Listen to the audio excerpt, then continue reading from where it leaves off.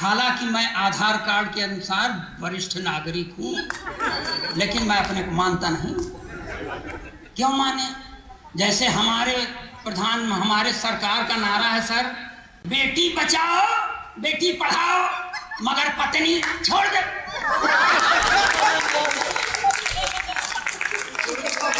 शहर के जानदार लोगों, बहुत बढ़िया। यस जी होम्स और डिजिटल खिड़की का यह संयुक्त प्रयास। मैं डिजिटल खिड़की के बारे में सिर्फ इतना जानता हूँ कि बढ़िया घटिया गए गुजरे तमाम कवियों को इन्होंने ये अच्छा इस लायक बना दिया कि उनके काम के बाद भी कुछ पैसे उनके घर पहुंचते रहते हैं। नहीं वाह, बहुत तो आप बधाई के पात्र हैं और मेरे घर भी पहुंचता है, इसलिए मैं महापात्र।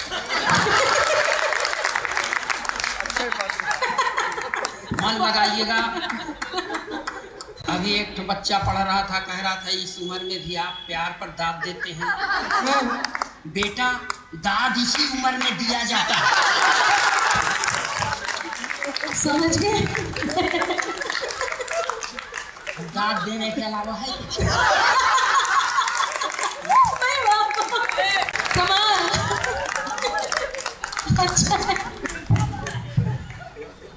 देश की इस प्रथम पंक्ति की कवित्री जो आज आपके इस कवि सम्मेलन की सार्थक संवाहिका या संचालक का भूमिका में, संचालिका की भूमिका में है, मैं उसके प्रति पूरे मन से समादर ज्ञापित करता हूँ।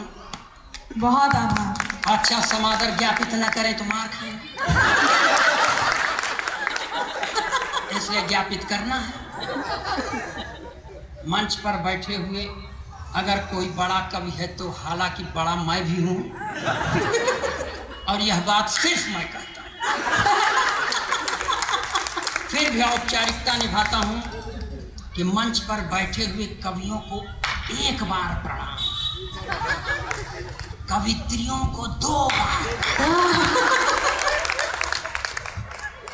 संचालिका को 3 बार प्रणाम, और कसम भगवान की आप लोगों को 100 बार प्रणाम। क्या बात है, नहीं बात, जीत लिया था।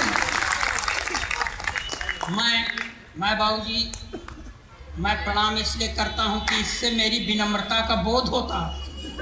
प्रणाम इसलिए भी करता हूँ कि इससे मुझे आपका आशीर्वाद मिलता है। प्रणाम इसलिए भी करता हूँ कि यही देश की स्वस्थ माटी है, परिपाटी है। और प्रणाम इसलिए भी करता हूँ कि इसके अलावा मैं आपका कुछ करने लायक ही नहीं हूँ।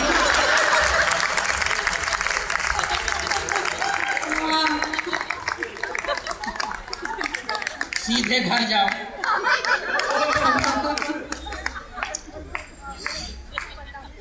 अभी मेरे खड़ा होने के पहले सौतेला भाई ऊपर से भाव भाव।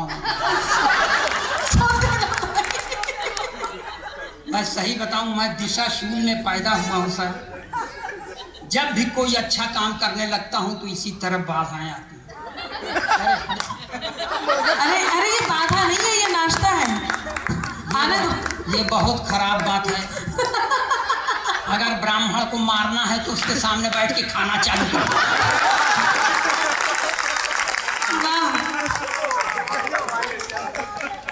कोई तीर कट्टा चलाने की जरूरत नहीं, बस खाना। अब अगर भूखा हो तो जल्दी मर जाओ। जल्दी से रख के जाओ यार, जल्दी से रख के जाओ। भाई वाह, अगले जी कमाल कर रहे हैं, बहुत बढ़िया।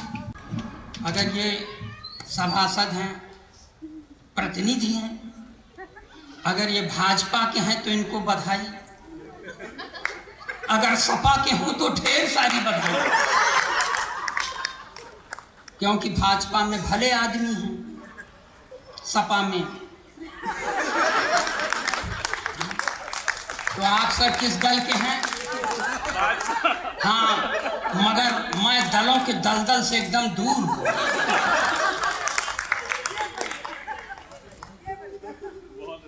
थोड़ा सा आप मन बनाइएगा एक सरदार जी बैठे मुंह ढांक के बैठे। एक सरदार जी थे, मुंह ढांके नहीं थे मगर 10 साल बोले नहीं। मगर एक तो ऐसा आया कि बोलवा ही करता है।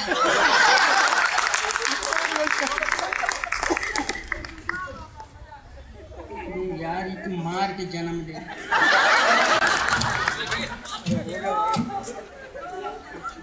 जाके बेटा एक तो पॉलीथीन में हमारा हिस्सा पैक कर दे।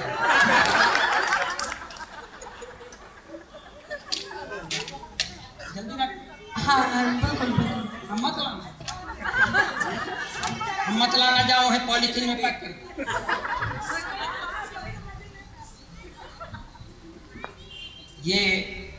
ये प्रथम पुष्प है अगर काव्य कलश का, तो इसके श्री गणेश करने वालों के प्रति मैं हार्दिक बहुत पूरी तन्मयता के साथ प्रणाम करता हूँ।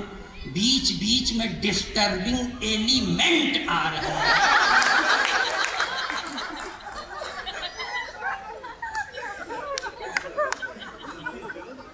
मन लगाइएगा। देखिए मैं अभी कह दिया इस उम्र में, मतलब हम काहे उम्र हम कह रहे भैया, अगर मैं अपनी उम्र पर ध्यान दूं तो अब तक 3-4 बार मर गया होता था। इसलिए कोई ये ना समझे कि मैं बहुत उम्रदार हूँ। हालांकि मैं आधार कार्ड के अनुसार वरिष्ठ नागरिक हूँ, लेकिन मैं अपने को मानता नहीं। क्यों माने?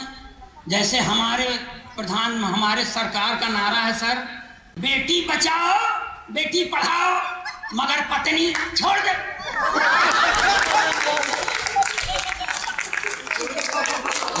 मैं पूरी तरह प्रधानमंत्री से प्रभावित हूँ। मजाक नहीं है। और प्रधानमंत्री बनने के लिए ये करना पड़ता है। इंदिरा जी ने पति छोड़ा, ये उससे कम थोड़ी है। मैं जीर्ण शीर्ण देह यष्टिधारी, गया गुजरा गोलोकवासी ब्राह्मण अखिलेश द्विवेदी पुत्र अज्ञात। अब नहीं मालूम है सर, तो नहीं मालूम।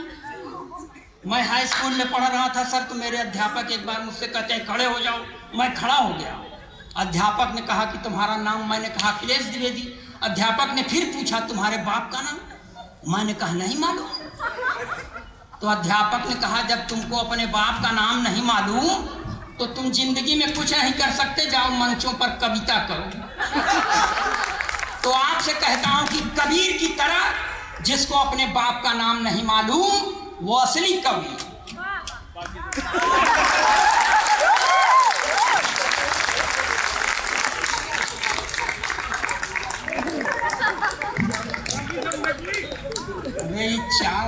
चाय वालों को कुछ नहीं कर सकते। कहीं थोड़ी दूर पर ही है दिल्ली। अब ना आना नहीं सर, शराब दूंगा।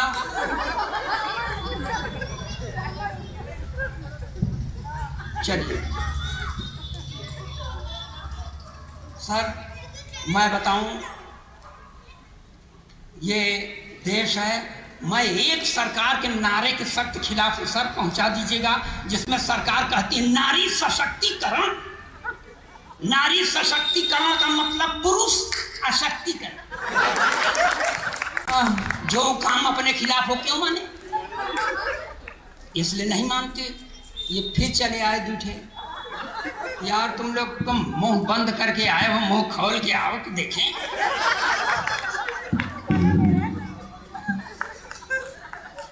यहां से थोड़ा सा आप मन लगाइए। अखिलेश द्विवेदी चालू होते हैं।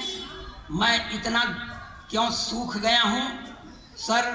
मैं नारी सशक्तिकरण के सख्त खिलाफ हूं, क्योंकि जिस नारी के द्वारा 32 साल से प्रताड़ित हूं उसके सशक्तिकरण की बात गले के नीचे नहीं जाती। अब फांस पड़ने पर कह दे, मजबूरन कह दे। मगर दूर से मैं इनका सम्मान करता हूँ, बहुत श्रद्धा नहीं रखता, क्योंकि मेरी पत्नी है सर, मांग में सिंदूर नहीं लगाती। मैंने कहा देख भाग्यवान ब्राह्मण के घर की बहू है, लगाया कर। बोलती है नहीं लगाती। मैंने पूछा क्यों? तो मुझको ही समझाती है कि देखो ये सिंदूर वो चीज है जिस पर औरतें गर्व करती हैं। मैं किस पर गर्व करूं?